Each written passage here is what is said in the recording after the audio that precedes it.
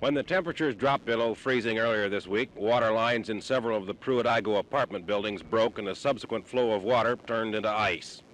Today, as temperatures warmed, the ice thawed and residents continued to battle the resultant mess.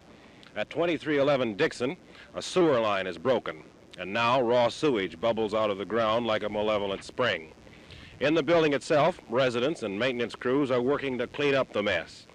Elmer Hammond, chairman of the Human Development Corporation Neighborhood Advisory Council, has tried for 3 days to get city and housing authority officials to help remedy. The main purpose of this lecture is an introductory discussion on the conceptual framework of the mass housing issue.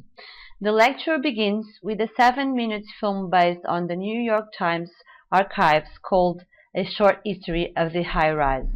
This will be the starting point to explore the central aspects that characterize this housing model and, in particular, the evolution of its social perceptions from the 50s until today.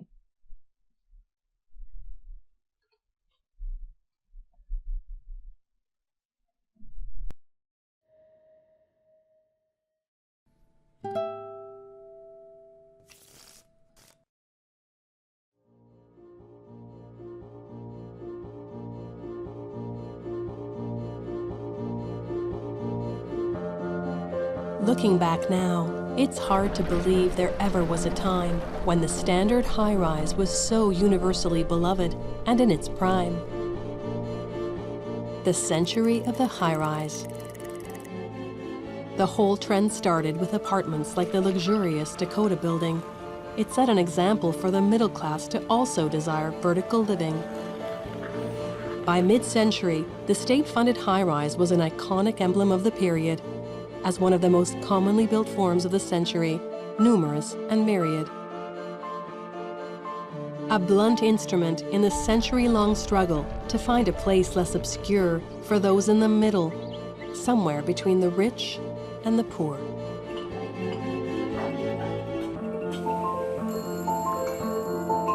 How did the publicly subsidized high-rise building go then, from solving the problems of the 20th century to being blamed for them? The invention of reinforced concrete was the first ingredient. Its early residential use on a Japanese island is expedient. Mitsubishi builds these tower blocks for workers mining coal under the sea. Concrete fends off typhoons, but living conditions here are not new. They're horrific to the nth degree. Meanwhile, the architect Le Corbusier envisions a more utopic use for concrete. He invents towers in the park, a design which would help the high-rise formula reach its peak. It takes a third invention to make the high-rise truly contagious: public housing, a new idea for this century. It's courageous. It happens first in socialist Red Vienna at a mass scale, while in the US the approach is more cautious under the Great Depression's veil.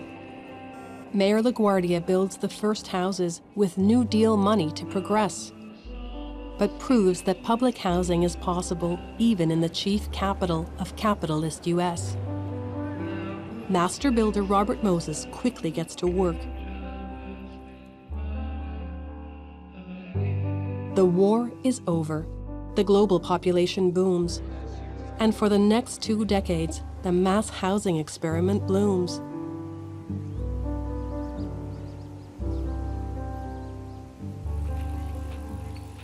Governments around the globe become committed to social equity, with efforts ranging from full public ownership to public-private affinity.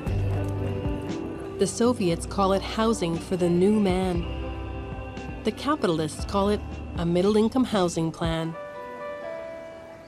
The New York City Housing Authority becomes home to 5% of the city's population. Britain's 4 million public sector dwellings add to this mass housing equation, rivaling the Soviet bloc, where Khrushchev's uniform prefab concrete slabs expand through multiplication.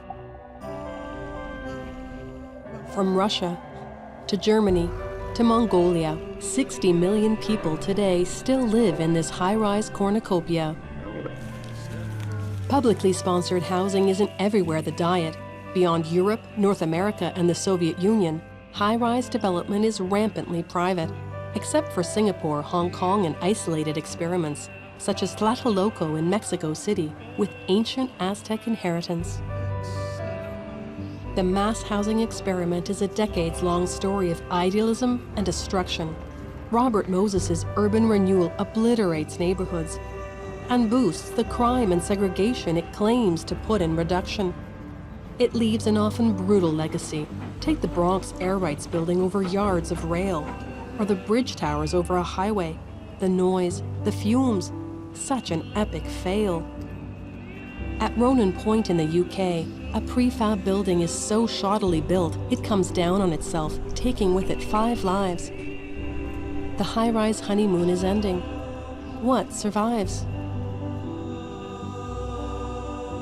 Alongside the vertical housing movement, a conflicting phenomenon, urban sprawl, has matured.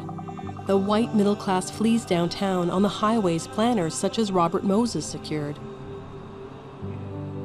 Now many high-rise neighborhoods, instead of housing this idealized middle class, have become warehouses for the racialized poor, neglected by the state en masse.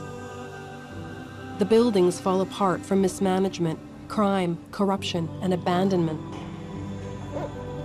Some communities fight back. Now, blaming the buildings for the social failures becomes the new credo. The demolitions begin here with the once admired St. Louis's Pruitt ego. Down comes the concrete Berlin Wall, with it the Soviet Union and its mass housing construction sprawl. Yet in Singapore and Hong Kong, state-sponsored housing mounts. It's the Shangri-La of mass housing by some experts' accounts. On a global scale, it's a dawning of a new millennial age. Towers made of glass rise, and with them, another ideology takes center stage. Housing is no longer built as a tool for social equity and equilibrium. It's now a financial instrument of market capitalism. They call it the condominium.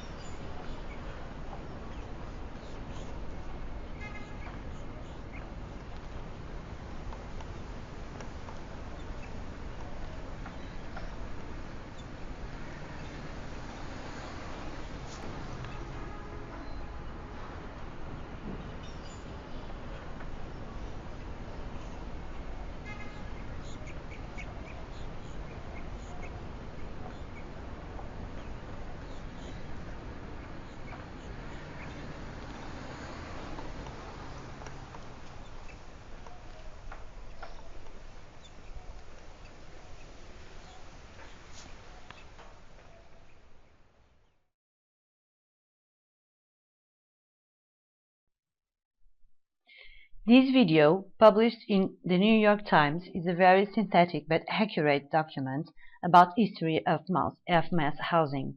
Basically, it shows the rise and fall of an housing model that after the Second World War spread around the world, from the States to Europe in both sides of the Iron Curtain, and also to other countries and continents.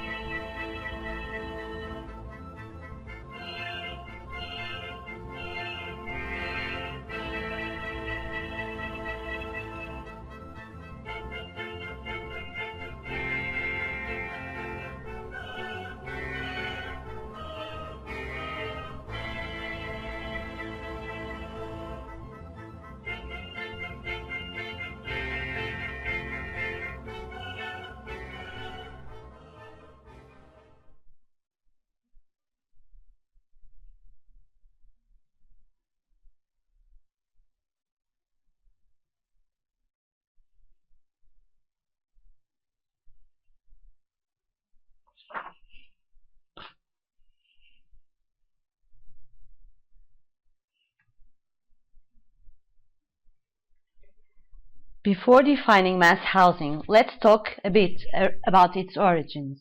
The public discussion of the housing question had its first development as a sequence of the growing of urban population with industrialization in the 19th century. The housing conditions of the working classes gained special visibility. The lack of hygiene, overcrowding, and poor quality housing were the main issues. Several solutions were promoted, some more progressive, such as the Familistère de Guise de Gaudin,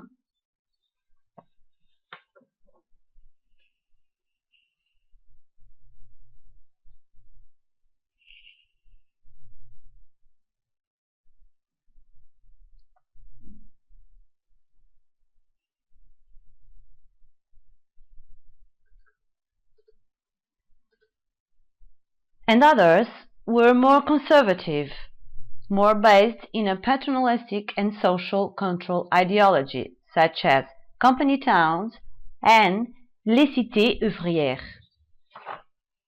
It is also by the turn of the century that appeared the garden city, such as this one, Letchworth. But the most important conviction shared by all those solutions was that of the power of social transformation of space and architecture, a thought about the power of social engineering through the space. This was, in fact, one of the most important arguments that were at the origin of the modern movement, which was, in fact, the most direct framework to mass housing. The modern movement had as one of its greatest purposes the democratization of housing, the generalization of a decent house to as many people as possible. This only could be attained through collective high-rise buildings. Of course, that behind the social and ideological discussion it was an architectonic one that had to do with architectural form. To this, it must be underlined the importance of the dialogue that was established between the French and the American architects. Among other aspects, international style, the break with traditional city, rationalization, and the option for high-rise buildings were central questions. On the other side, the Athens Charter established the zoning paradigm that divided spaces through its mainly functional vocation. Residential areas were one of those segregated areas of the city. Anyway, it was only during the post-war that mass housing had its great opportunity. The maintenance and, in a certain way, the reinforcement of the housing problem, namely due to the destruction of the war, the rural exodus, turned the housing problem more visible, such as overcrowding, slums, etc.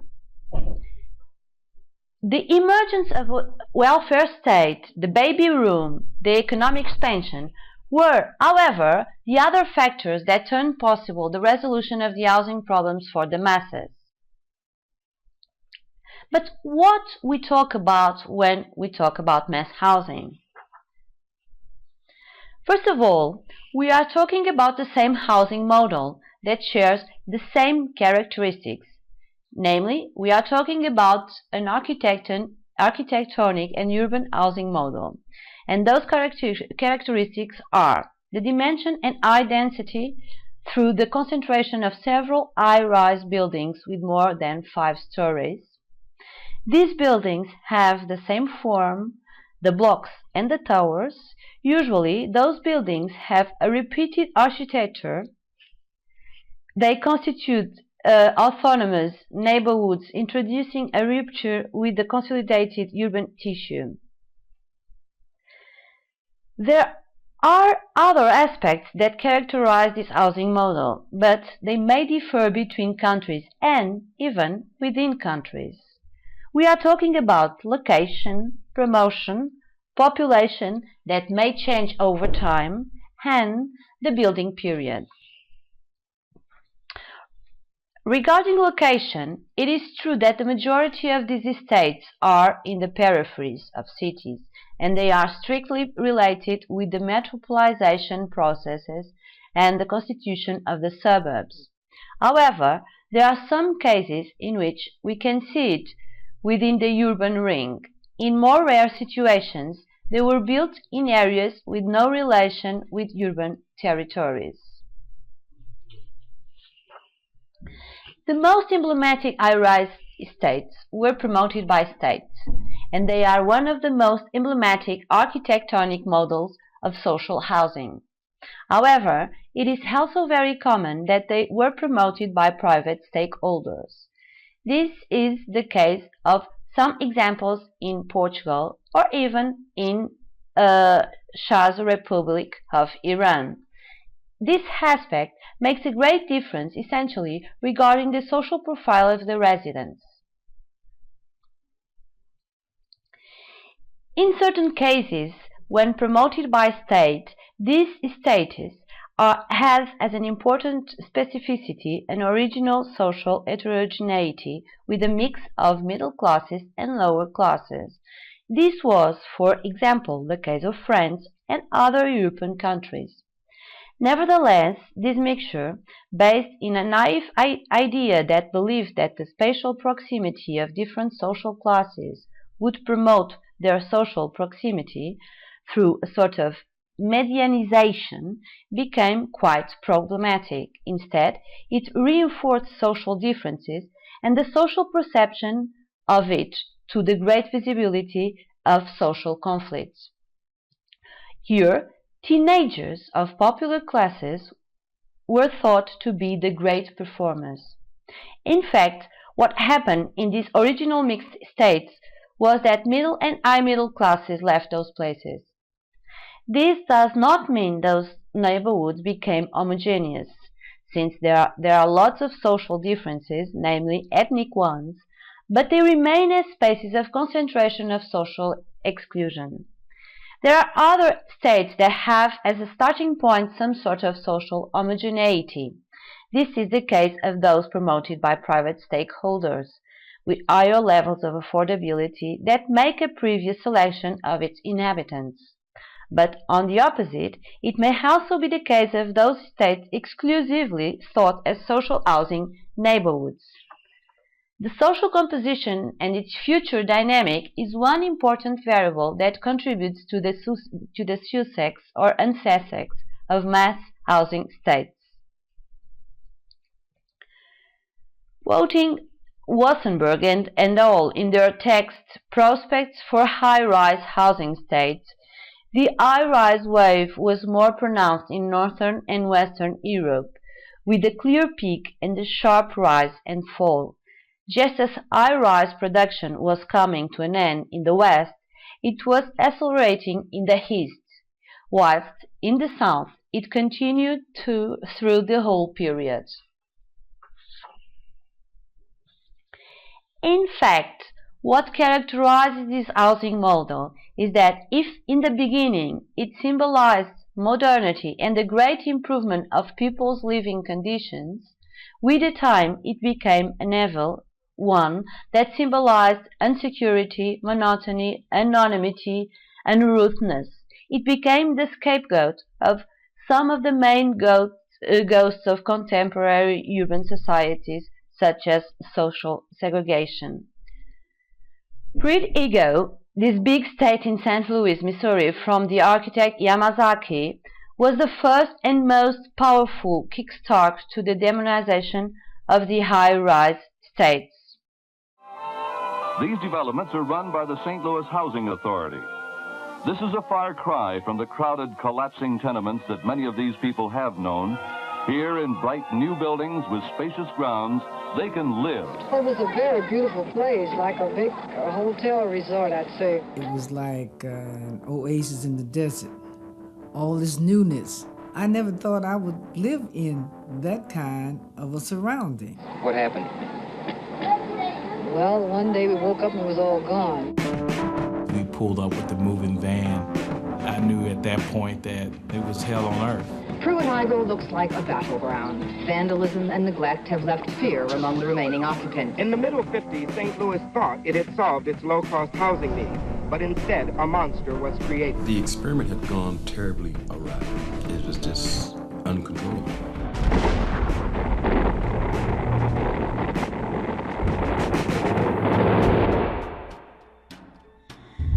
Igo is such a symbol that we tend to forget that it is no different than the city that surrounded it.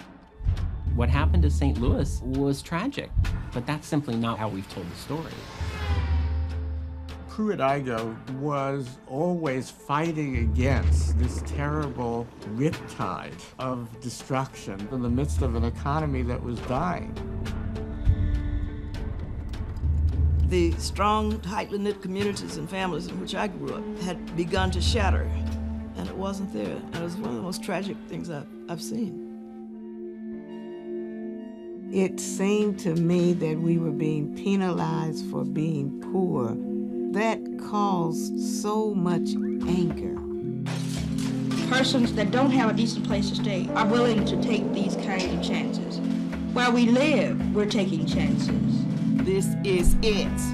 This is out of control, and we are no longer going to put up with it. We're not going to tolerate this anymore. I said, as tenants, we've got to draw a line and say no more. No more.